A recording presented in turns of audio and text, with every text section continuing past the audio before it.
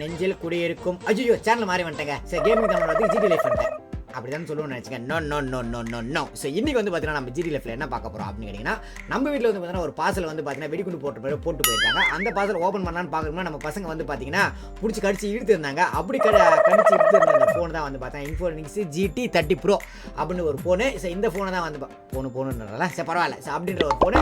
இந்த ஃபோனை வந்து பார்த்தீங்கன்னா அன்பாக்சிங் பண்ணி உள்ளே என்ன இருக்குது அப்படின்னு பார்க்கணும் அப்படின்னு வந்து பார்த்தீங்கன்னா அதை பார்க்க ஆரம்பித்தேன்.